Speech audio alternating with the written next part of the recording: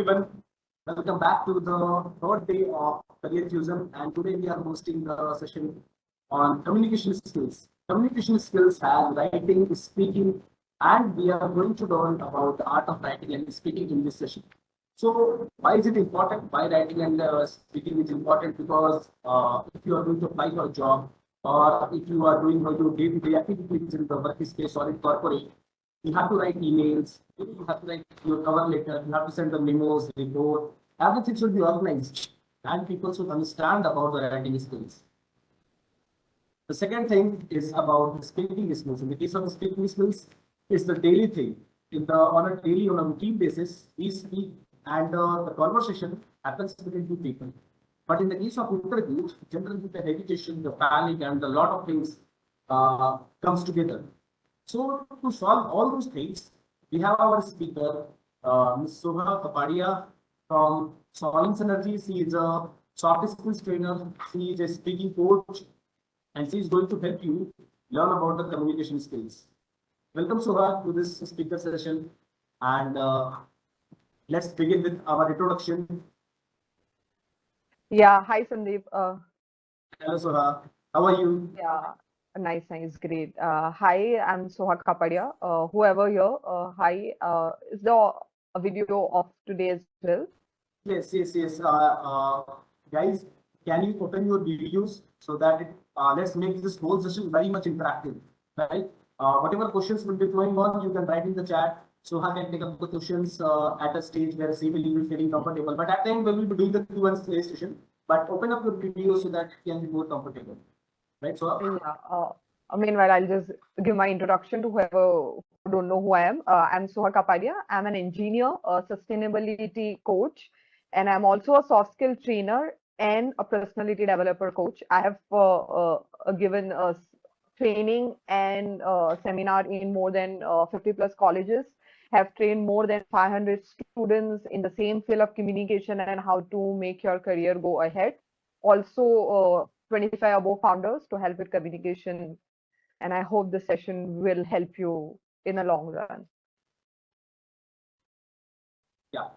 Okay. So, Soha, thank you very much for introducing yourself. And see, we have an expert in communication here in this session, and we are going to gain as much insights as we can into this session. More and more participants are joining in, and let's see how this session goes. And I hope that you guys will gain a lot of insights and can adopt to the methods that Soha will be telling you, right? So, Soha, can you explain in a bit like what's the need of communication? Let's go in a very fundamental way. When two people speak, it's communication. Right? So, the ways of communication and how it impacts the society, how it impacts how it builds the connection between people, whether it's employer or employee, whether it's startup or investor, whether it's any people, client and people in the company. What's the communication and how it affects? Okay, so communication is a very fundamental, basic requirement of a human existence. So be it a career or a founder investor, that is a completely different zone together. Let's just start with communication is a very basic element of our existence. The reason why we are called as a social animal and not animal is because of our communication skills. In fact, animal communicate. They use their voice frequency and modulate to communicate with each other, their power of sense to communicate with each other. But why the reason why we are called the social animal is because we can communicate in a more sophisticated and interactive way. At present, we are the elite social animal in the chart on the whole earth. And if you see the growth of our aspect, be it in any part of the fundamental, be it technical, medical, army, political, geographical, war, anything, in every except of growth, you will find communication at the very basic pyramid. You can stop the war while simply having a good communication. So communication has a huge, huge power. And if you want to grow in any way of your life, be it professionally or personally, you need to be a good communicator. And that's no if and but there. You need to be a good communicator to be successful in your life journey to move ahead. Also, So, sorry? no, go on, go on. Yeah. So also at present, as we are dealing with students, so I have this opportunity of dealing with a lot of students and having interaction with them, and I've realized that at present the scenario of colleges and university in our country especially is not that good. And here I'm not talking about the knowledge that they are getting and how sound they are at their particular core field, but it's more about the communication. They are lacking the communication at all level, at absolutely all level. And I think it's responsibility of colleges and school as well to give them or facilitate them with a platform where they can incultivate the habit of a good speaking, good communication speaking. Right. So if they say that using the communication on a daily basis, we all use communication, but when we say at a student level or at a professional, so the transition is there. At a student level, very much they are interpersonal way. They are not very much into the professional. But when they reach into the corporate and then they have going into the particular company, there should be some organization. There's a decorum that they have to follow. There's a SOP that they have to follow. And you have to speak to a client like that. You have to negotiate. So they learn to negotiate, which is not the skill that generally that is being taught in the college. In the college, generally it's all about presentation skills. That's mostly in the future because they have to get the PPTs and presentations. So mostly the focus is on that. So how can anyone adopt the communication skills? Okay, when you speak about communication skill, it's not only about speaking. If I give you a brief example, the way we are communicating is not a single layer thing. At present, if I have to give you exam, it is a 7 layer. So communication is a very complex layered structure. Simply, as we both are communicating at present, we are using 7 ways of communication. How? The number one is a verbal communication. I'm using a language, English. I'm using words which you understand. Okay, so when we are communicating, language plays a very important role. It's never like English is a supreme language, so we have to use that. We need to use a language which is more comfortable for the two people or a group of people while communicating. So first one is a verbal communication. Second one is a non-verbal communication. Now, when we're talking about the non-verbal communication, it's more about the body language. Though we are having a webinar at present, but still you can see my body language. You can see the way I'm moving my head up and down, my hands, my eyes expressions.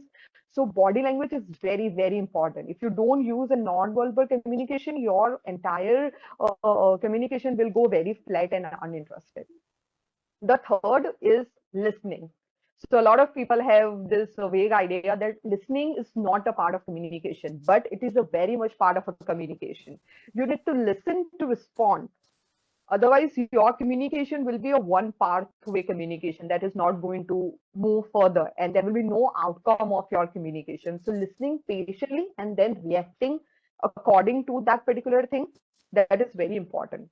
The fourth one here would be empathy.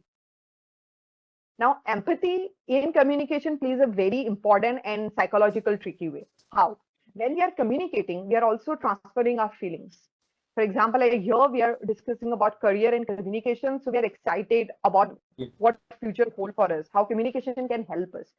For example, if you watch a movie, we are very well aware that the hero and the heroine are still alive and they are just doing acting and there's no tragic part involved, but still we cry in the movie. We still feel that emotion, urge of emotion. How? Because they are communicating with you in that way. The transfer of feelings while having a communication is very important. The outcome of empathy communication is the best. The fifth layer of communication is the culture communication. So when we are speaking, we have our culture slangs, we have our culture essence. So we are very much carrying our culture in our communication, and that has to be reflected. So when you talk at the global level with different cultured people, the communication there is completely different. We are very well aware about what formation of statement you're gonna use there. At present, we have a same time of a formation and words, whereas at global platform you cannot use that. The sixth one is the context structure. So when we are speaking, we should be having a context on what context we are speaking. This is a professional setup where we are teaching people how to speak or how to communicate. If we would be friends, and if we would be speaking after years, that context would be completely different. So this is the total 7-layered structured communication. Communication is never just about speaking. It's about how you are conducting that speaking. And the last one is the feedback. So when I'm speaking, you are moving your head. It is a way that you are understanding what I'm speaking. Or if in between you ask me something, it is like you don't know, but you need a clarity. That me as a speaker will give me a sense of confidence that you actually want to learn more. So if you are a very expert speaker, the 7 thing will be always there in your way of communicating. But a lot of people don't know about this. They normally just communicate on the basis of speaking, but it's not just speaking. Communication is a very layered, structured thing to go on with. Uh, yeah, that's great. And when we see about the careers, so in the case of career, what kind of communication is involved? So in my particular thing, when we see the whole transition, the majority thing is writing and speaking, right? Listening is a part of this because without listening, there will be no response, as you said. You can't respond without listening. So when we talk about writing skill and the speaking skill, so how that art can be generated? Because in the both of the things, people hesitate a lot. There's a thing like when people start writing anything, and suppose let me give you a very small example. Like I was the person in my class when there was a requirement of writing an application to for a particular purpose, or writing a letter to director or to HOD for a particular. They approached me, I got it. You know, because they don't even initiate writing that letter or an application. So in the case of writing also, they generally don't develop this. Okay?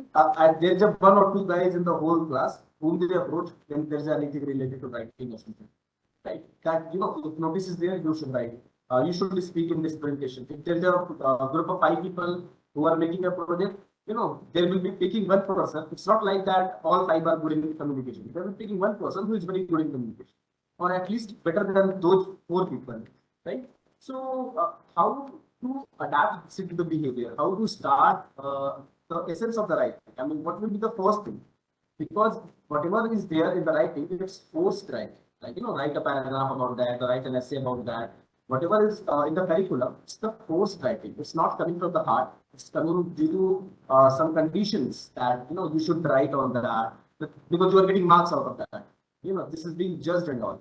But people don't generally write, and they don't express their views in the case of writing that, this is my way. Maybe their hesitation of doing mistakes, or like what people think of me. There can be various societal or cultural instances, but how can they develop the writing skill? Let's stick for the writing skill, and later on we will go for the speaking skill. So how to develop the writing skills? See, writing skills are very personal skills.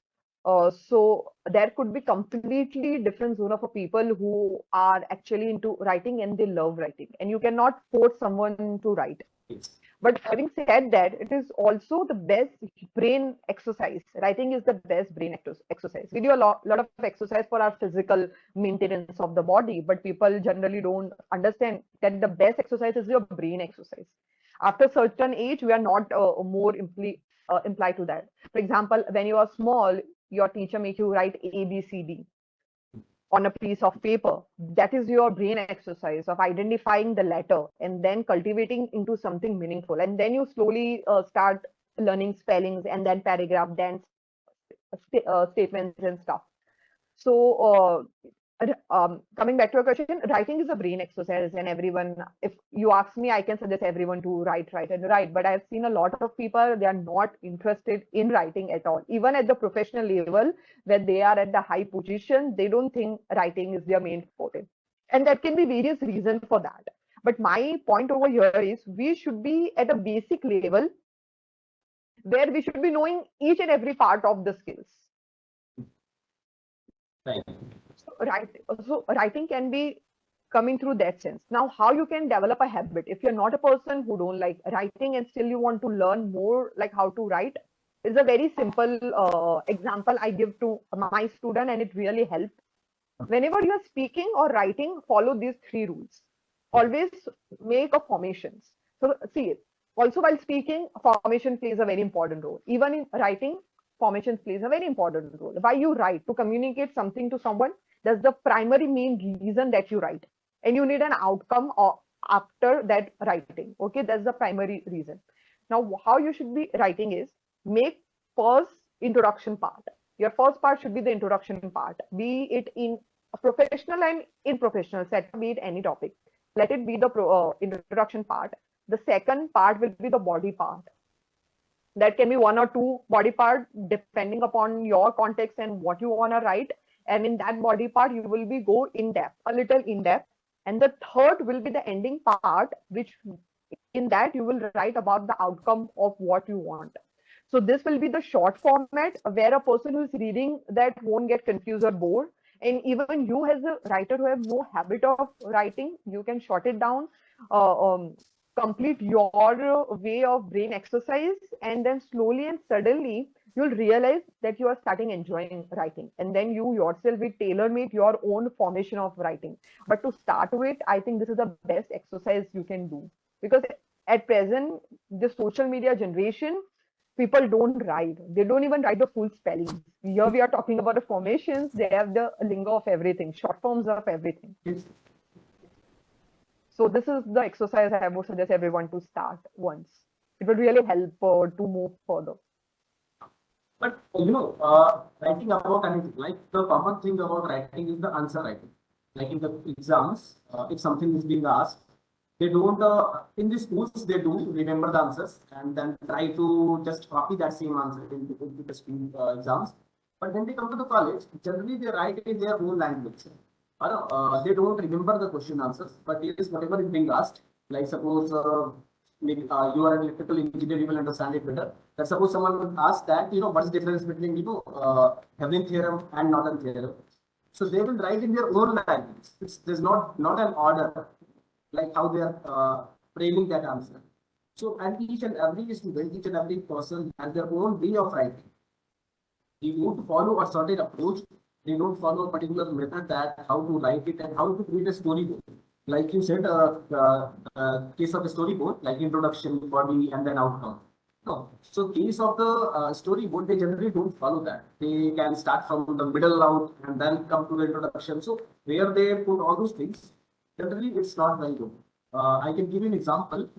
Like in the career fusion event, whenever I asked all the students that write in 100 to 200 words about yourself.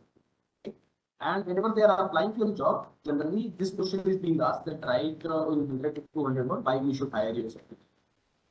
Generally, people are not even very much expressive in that. Or sometimes they just use the same slangs that is being used in the society, that I'm hardworking, I'm quick learner, I'm disciplined or something like that. I'm good to teamwork. Like the common slangs, not really expressing themselves. So, in the case of writing, even I'm not speaking, generally speaking is considered as an hesitation, but writing in your own comfort zone might not be hesitation, but still they're not expressing their view. How can they adopt into that thing? Like even in 100 words, the people who are in final year, the people who are in masters, in good colleges, in good engineering colleges, still they are very much non-expressive in the cases of 200 words. They can write a whole paragraph, 500 words, 300 words about themselves, just praising themselves, bragging about themselves that I'm good, I'm good, I'm good. But very tough to write 200 words about them, to the point of something like that. So how can they improve about that particular writing skills? See, the format which I just said, it is because at present those who are not writing, they don't know how to communicate in a unstructured writing manner. So when you are expert in writing, you can definitely address anything in an unstructured manner that is clear. So here the aim, why do we write? We write to communicate certain things. Now, if you are in a professional setup and in the university, these two are the very different thing. In a university or in the college, when you write per se to get past that thing. And your professor or whoever is checking your paper, they know why you wrote that particular thing. So if you are unstructured also, people you'll get the marks eventually, because there you are just writing per se of getting knowledge, not communicating with your professor or not asking any outcome for your professor. So college writing thing is completely different. In college also we use reports of our projects. We used to give presentations, so in that also we used to write certain things, right? There also we were very rigid to one particular thought process, and that was also unstructured. And it is not a follow professor because they themselves have followed the same traditional way of writing, because the setup is different. That you're not communicating, you're telling your professor, see, I know this, aap padh lo, I know this. That's the setup of now. When we are shifting that to in the professional setup, your people don't have time to listen to you, be it your mail or be it on your call. You have to be as short and crisp as possible to get an outcome. Everyone is busy doing something. They are not your friends, they are not the part of your community. You need to be very focused and very short right in that. And once you did a certain mistake, you won't be taken considered as a serious person also. So when you write in the professionals, you need to learn how to write. You need to learn to address different people at different hierarchy level, at what position you are in, what kind of thing you are writing into. So there writing plays an important part. Now if you ask me, style of writing, structure and unstructured is just one part. There are the layers and layers of how you can write, and that thing can go for hours and hours long. But for now, to keep it short, if you actually want to increase your writing skill, I would highly suggest you to start reading three different authors. Okay, pick three different authors of three different genre and start reading. So what happened while you start reading, you'll realize the way the author is writing, how he is communicating with you. So so in a book, there's never about present, past, or future. The way they communicate, you always feel that you are in the present perfect tense, which actually aren't the case. So as soon as you start reading, you realize how beautiful writing can be, what different structure can be, and then out of that, you can tailor-made your own writing. There's no actual format or a hard copy book that you need to write in certain way only. You have to tailor-make your writing. That's the reason I'm against AI writing the articles, AI writing everything. I'm against that for that particular thing only, because there's no personal touch in writing. Exactly. If you're writing through that, so you need to identify your tailor-made situation of writing. For that, you can read books. You can take help in initial starting stage. And as human, we are a very evolved species. But definitely, if you'll work hard, you'll find your own way of writing. So in the case of writing generally, in the case of making career, so since this event is mostly focused on the career, in the career case, generally the two things that we present to the employer is cover letter and CV. So CV is all about writing concise, precise, and structure. Organization is very important. How to keep it organized, how to write in the concise way, and how much precise information can be given. That's the important thing. But the point is the cover letter. When you are sending a CV on to the other person, you have to write a mail that you mentioned the subject line and the introduction, like salutation, the body, and the finishing line. So, do you think? Let me get an opinion. Like out of 100 people, how out of 100%, how much percent do you think that employer can be impressed by the cover letter, by just reading the whatever people have written in that cover letter? Do you think employer can be impressed by that only? Yes, they can. They can. Definitely, cover letter can work miracle for you. They definitely. That's the reason we are asking for the cover letter. We should have simply asked for the CV or a resume. But why we ask for the cover letter? Because we need to know the motive why you are applying here. Yes. And also, as a recruiter, we are at a certain place and position that we know at present people just want job, and we don't want that employer to get into our organization. That's the reason we are very rigid at asking for CV as well as for the cover letter. So it does But wonders. what happens is generally, I generally propose this to the audience, to the people who are building their career or changing their career. The concept is that employer don't know you, right?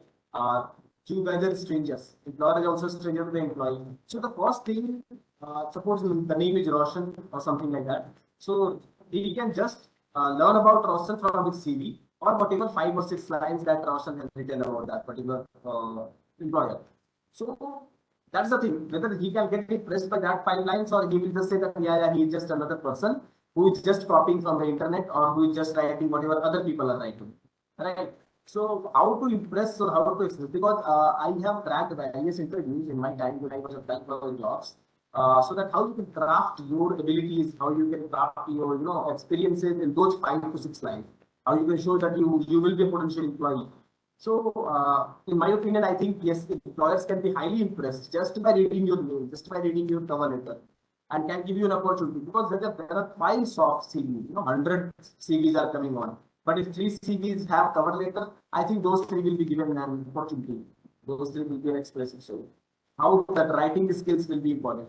So that's very great, Soha, that you explained about the structure basically. Yeah. But can you give me an example of the corporate way also? Like emails, when we talk about emails, many people don't have the idea of emails actually, right? So how to draft a particular good developed email, right? Subject line, choosing the subject line is very tough. And choosing the body, writing the body, the gaps between lines, making it good paragraphs. Can you give a small emphasis on that also? Okay, so starting with the first question that how the CV and the resume can play a good role of you It's yes. getting a first call of the interview. So I hire a lot of people, so I go through a lot of CVs and resume on the daily basis, and I hardly see any cover letter attached. Uh, So when I find some, I get very excited. yeah. So I generally read those lines. So now also when you're addressing someone, you always need first and formal thing is to research about the company where you are applying. Okay. And second is the job profile that you are applying to. So at present, most of the students, what they do, if they see there's a vacancy, they apply. That's the only thing at present they are looking for is companies an engineering company and they are have a vacancy, we are applying for that. But that's not how things are working. And especially not if you're applying in a startup culture. But if you're applying in an MNC, I would suggest of writing a cover letter that makes you stand unique compared to all the other applicants.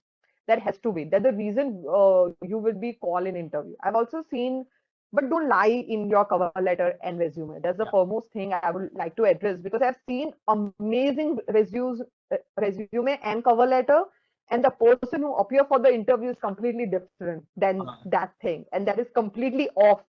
Okay, that is not a right way to apply. So never Dishonesty. lie.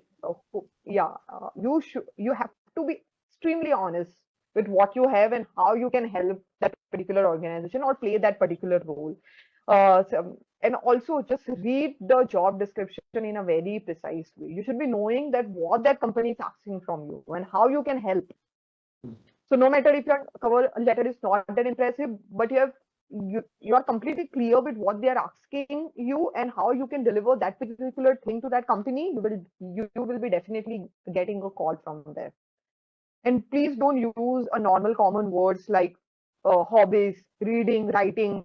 Like Now, this is person not said your hobby. browsing This is is the not your hobby. yeah browsing. Yeah. How can browsing be the hobby? I mean that's not a hobby, right? So people also have to articulate very well that what they actually want to express. They should articulate it very well and don't write redundant things into that thing. That doesn't matter at all. So yeah, that's the Yeah, great that's thing. Yeah. complete. What about emails? What about emails, Soha? Emails. So see, there are different kind of emails. So who's sending an email? Not just who share you send addressing the HR about if we get if you have a vacancy, we can come over, or if you get hired to otherwise you send them for getting an updates. Now in a professional setup also, it's very important to see do you have any ex relationship with that particular person? Have you been in actual communication before? Then a format would be different. If it is the first time you are interacting with that particular person, then the format is different. So when you send a mail in a professional setup, your first thing is to get a response back.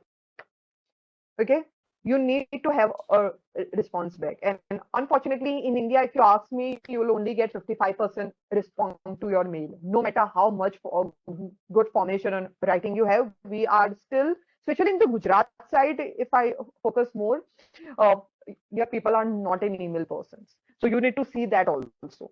So your email should be in certain, it should be short and long, depending upon the kind of a relationship you are having with that person you are sending a mail to. Because as I said, in a professional setup, people will not entertain you. They are not going to read your paragraphs and paragraph that I want the job in XYZ position because I have done this, which is completely irrelevant to that particular job profile. And I'm also belong to this family and that XYZ. People are not going to entertain you there. So it should be very point wise. You can start with the greeting lines, and then you can introduce yourself in a very short way, a very unique and short way, and then ask what you want to ask for. Directly ask.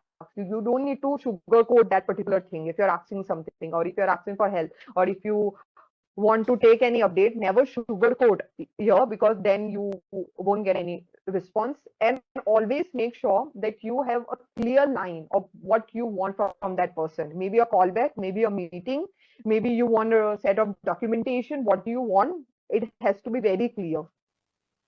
So this would be the actual best format of your email.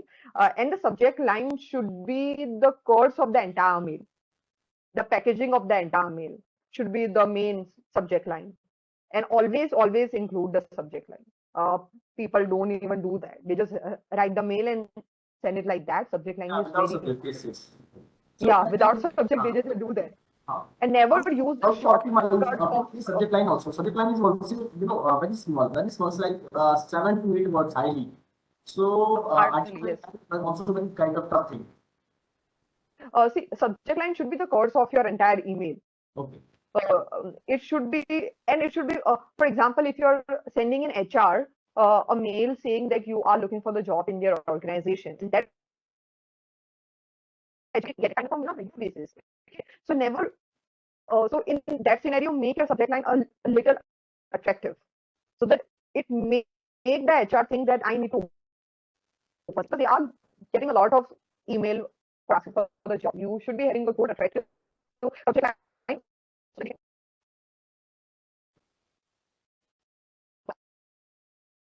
kind of So I think, or I think some just network make it issues highly there. professional.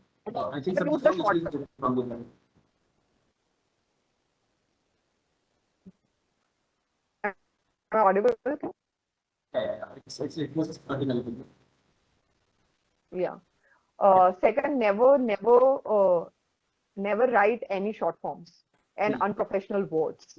And always check your grammar. Okay, please check your grammar. So I've been reading a lot of mail with grammar issues. Please. Now we have a lot of AI help, and you can check the grammar free, and there are a lot of application available. So please use that. Never do grammatical mistakes, spelling mistake, and never use an informal words. These are the things which can turn off the reader, and they won't take you seriously. And so let's go to the speaking skills. Speaking skills are also the secondary and very much important thing. After, as soon as your CV gets selected, you get called for an interview. And in the case of interviews, there the whole communication comes upon. Like you said in this initial, that body language also very much matters. So when you enter the room, the body language is there.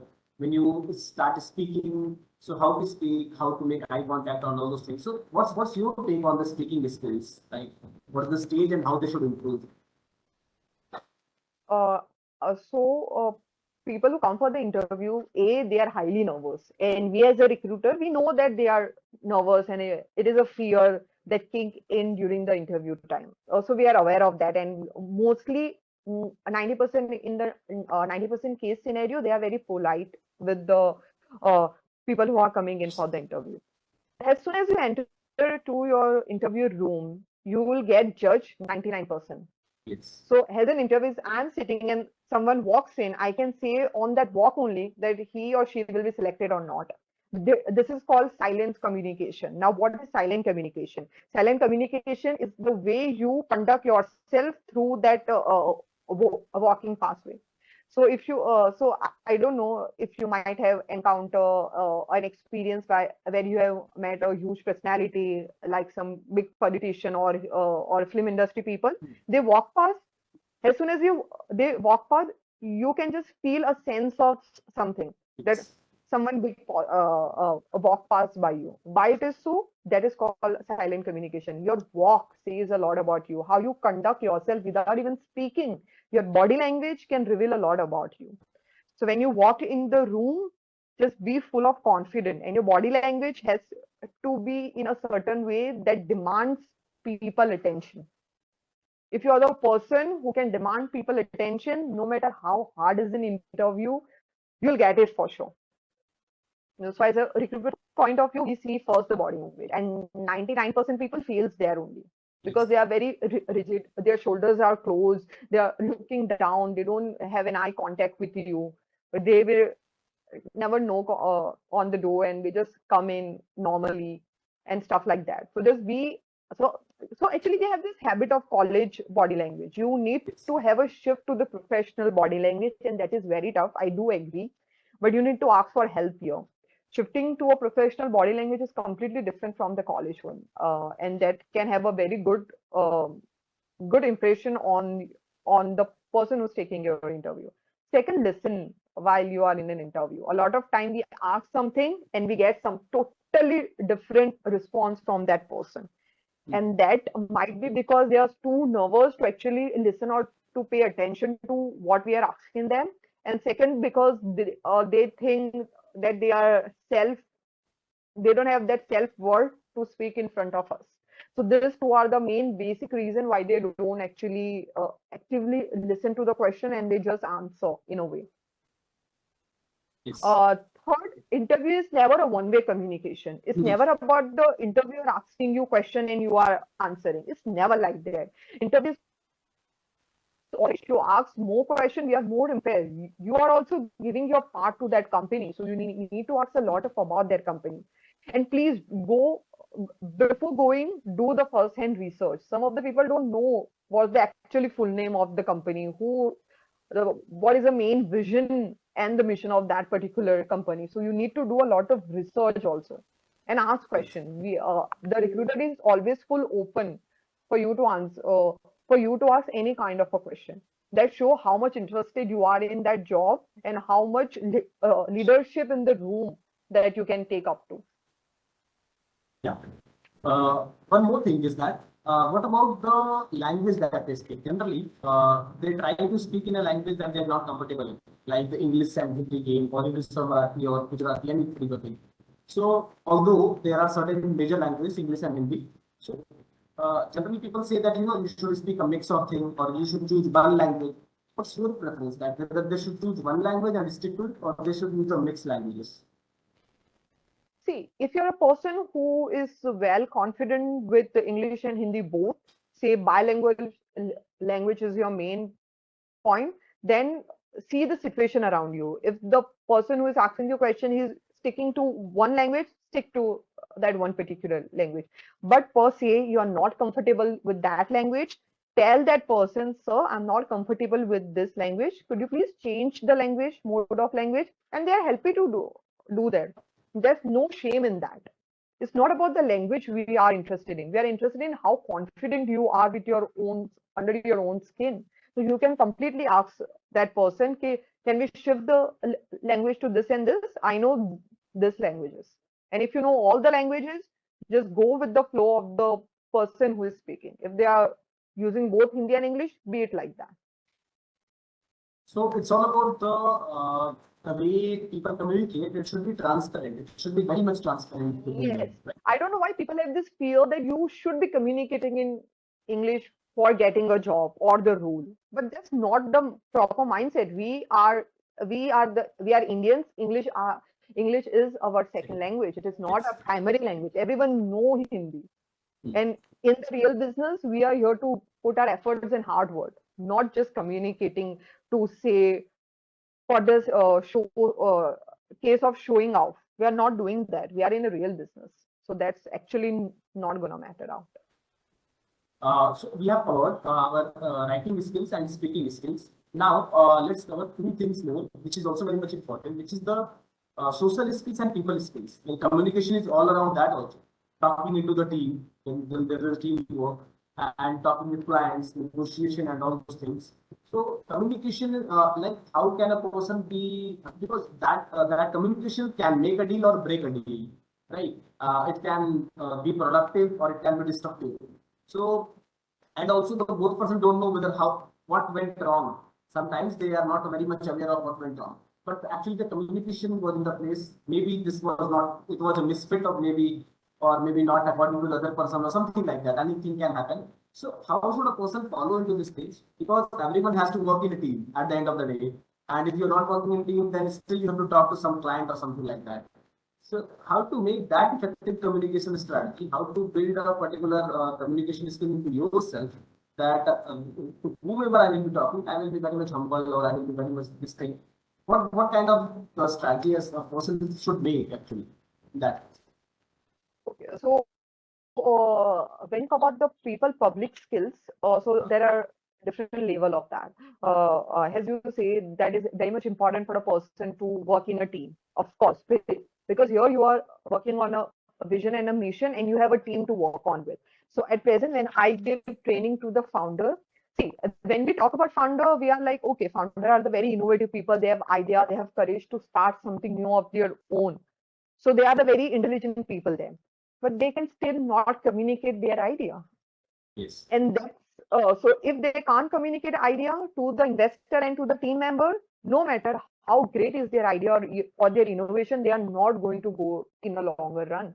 Absolutely not. And lucky enough at this stage, a lot of founders are aware about the fact that they don't know how to speak and they want to learn that. And I really appreciate that. So the first thing is self-awareness. You should be evaluating yourself. Where do you stand at a level of speaking, communicating, and in the term of leadership? If you want to reach somewhere in the career, these three things has to be very clear in your mind. And at present, if you think you are unable to speak in a good way, or you don't have that body language, or you don't have a writing skill, go and ask for help. Everything is available on one click now. You can find free YouTube videos. If that's not help, you can go and take classes and coaches. They are really expensive, but you will find someone at a lower, cheaper level to help you out. Be self-aware. First, A game is be self-aware, because at the end you are sharing the idea. You need to talk to the person in front of you, a group of people, and then only you'll be able to forecast that. And then come a public speaking. Okay, when you have to speak in front of more than 5 to 10 people. Okay, now out of 10, 9 people will have a public speaking fear, stage fear. And this is very common, very common. And irrespective of a geographical part, be it India or otherwise, I've seen people with public fear stage. Now, why this happen? So for that, you need to go a little back. So when I take my classes, my first session is to identify why you are having public fear. So public fear can have different zones. For example, you might be thinking that you are not worth of someone else's time. So when you go on stage, you feel that I'm not worth, I'm worthless. Why would they listen to me? And that thought can make you feel nervous and you won't be able to continue to speak. Second is you might be having some image issue that I look certain way and I don't look certain way. And that's the reason when you are in the center, standing in front of so many people, you think I'm not looking good. I have so many flaws, how they are looking at me. So those fears get multiply in your head. Third way can be you are very self-egoist person. You're always in the fear that somebody will make fun of me. What if I say some word which is not making sense or it is mispronounced or what is, and this problem are very huge. Sandeep, I have seen people having panic attacks, being unconscious on stage because they have this fear. So my first session always start with identifying why they are having this stage fear. So you need to identify the cause reason. Then only I can teach you how to speak, how to be really confident. So when I started my session, there were 10 people I used to take in the class. I realized people are not even comfortable with those 10 people in the class. After knowing that all of them are here to learn how to speak or how to have a good soft skill, but still they weren't that confident. Then I come down to have 101 session, and then I realize I need to work on the psychological level first, and then the speaking part will take care. If you are a good speaker, automatically you are a confident person. If you see somebody speaking good, you'll always compliment them with, "Oh, you are so confident." Why do you do that? Because a person who is speaking good, they know who they are. They know what they are speaking. They are confident enough their own skin. There is no psychological barrier there. So Yes. first, to identify if you are having any fault, you need to self-analyze yourself. Second, go and ask for help. And third, work on that. At present, whoever is the founder of a big company, whoever be it, they are coming out and speaking about their journey. And at present, if you see in the marketing world, more than the product, their brand storytelling is making sense to the people now. Yes, very much. It's quite very. So, Everyone is starting with a story. That's yes. the hook they are using, tip point that they are using to start the communication, right? Storytelling is a very personal, direct personal connecting psychology, which you can use with people. Yes, very much, very much. That's great. You need to Let's overfile your. uh, okay, yeah. Let's open the questions and let's see, because many people have problems. Many people are maybe students here, some are professionals also. If you guys have any fear related to speaking or any problem that you face while writing, everyone might have written email anytime. Everyone might have spoken to anyone, So try to find out your issue, and if you have any issue, speak to here and ask Soha whatever problems that you are facing. Okay. So either in chat or you can just open up your video and unmute yourself and ask Soha about what problems you are facing or at what particular stage are you do you have fear about? Anyone? Abhinav, Dipali, Ejaz is there, Sehan is there, Sanjeev, Som. Anyone? Are you guys writing on chat or are you opening your video session?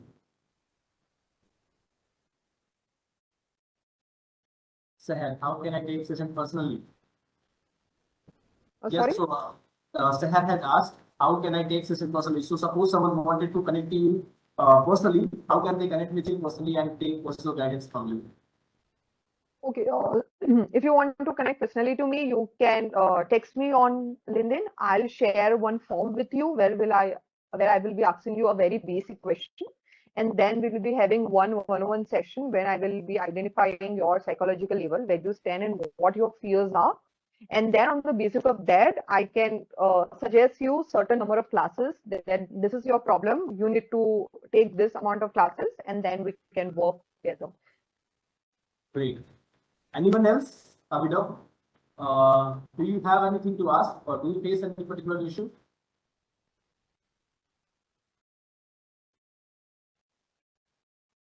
Dipali, you, Sanjeev, anyone? Am I audible enough to you guys? Or I think, or is my voice not reaching you guys? Hello. Yeah. I think this is again the hesitation that we are talking about. So you guys can open more and more. If you guys feel any problem, how to improve the communication corporate, how to limit the meditation while talking in the meeting. Yes, that's a very major problem. Yeah. So yeah, in need. When you are in a meeting, who asked this question? Sanjit, right? Yes. Sanjit, are you a professional person or are you a student?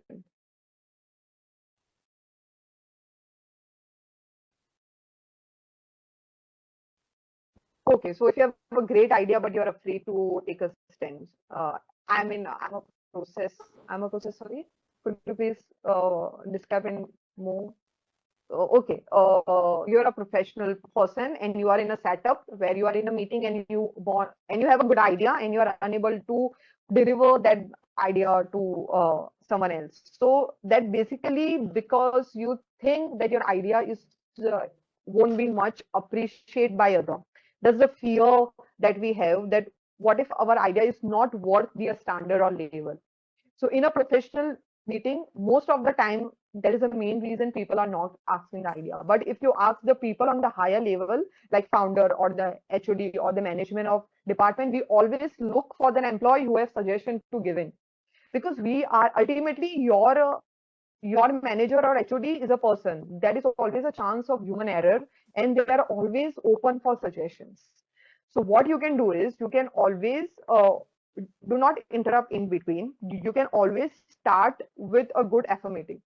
Like if they are giving a suggestion of idea A, you can say to them that, yeah, I like your idea, but what if we can also add this part in that?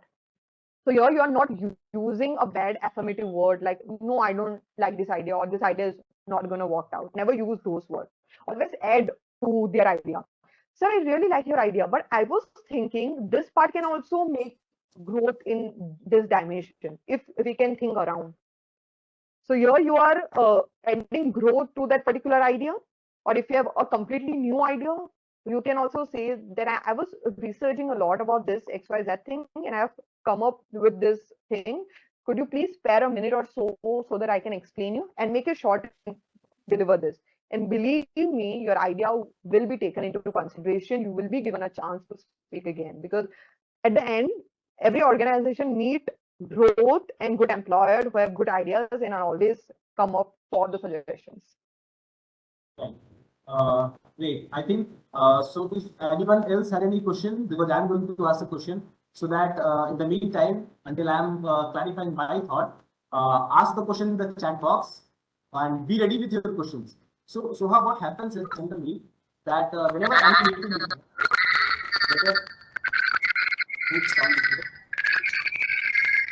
can you unmute yourself?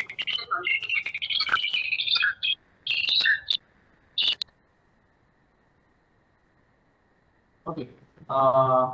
Right. So what happens generally when this kind of meeting is there, any webinar is there, or maybe some offline event is there, whenever any speaker tries to engage with the audience generally, or tries to ask people about any particular like what problem they have or any kind of thing, generally people can't recall exactly that maybe what problem I am facing. Maybe they are facing the problem, but at that particular moment, they generally don't recall and they say that no, I am not going to stand up and say my problem. Sometimes they have that hesitation.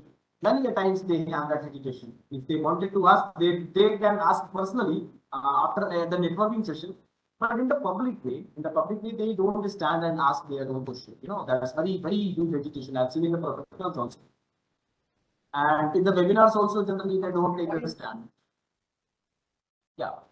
Hello. Your voice is breaking up a lot. Please repeat and check your network opens.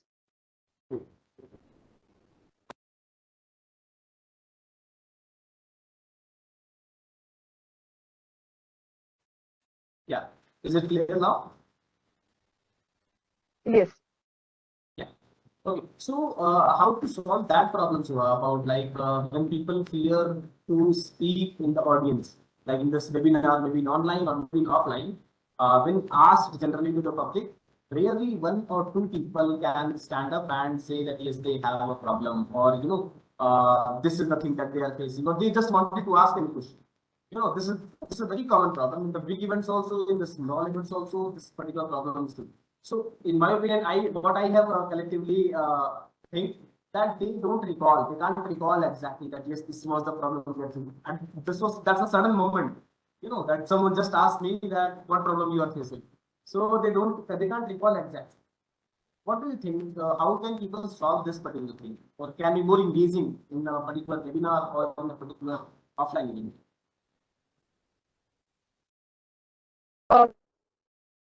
So what happens is when you are in a professional setup, suddenly we become more conscious Yes. of our presence. We become more conscious of what we say and how our idea is going to be presented. So if you are saying with your kind of group, that also you cannot speak and cannot give out your idea, then you need professional help. So there might be a root cause, be it a childhood trauma or anything serious. So in that scenario, you need to take a professional help. But if you can speak in your people setup, in your friends, and then you cannot speak in professional setup, then it is to do a lot with your confidence and your self-worth. When you're in a group of 5 people and they're discussing something worth and you discuss a very idea and you also, so let's take a scenario. In one scenario you have an idea and in the second scenario you don't have any idea. Okay, so if you don't have any idea, you can still ask your teammate about the idea, discuss in depth about that. But if you're still not doing that, which means you are physically not present in the meeting, and 90% of the time it is the scenario where the person is not physically present in the meeting, they are mentally somewhere else. But if you actually contribute in the meeting and you want to give your idea, still you are afraid. Take your stand, speak up for the first time. Okay, you may find that you cannot give out your idea in a good way, that's okay. You may find that you are shivering while speaking in a group, that's okay. You have to take charge. You cannot be in the comfortable zone forever. You need to be coming out of your comfort zone and having that, no matter how, if I'm clear. Right. Exactly. That's it. Yeah, yeah. So why your network is lagging? I think your voice is a little crumbling.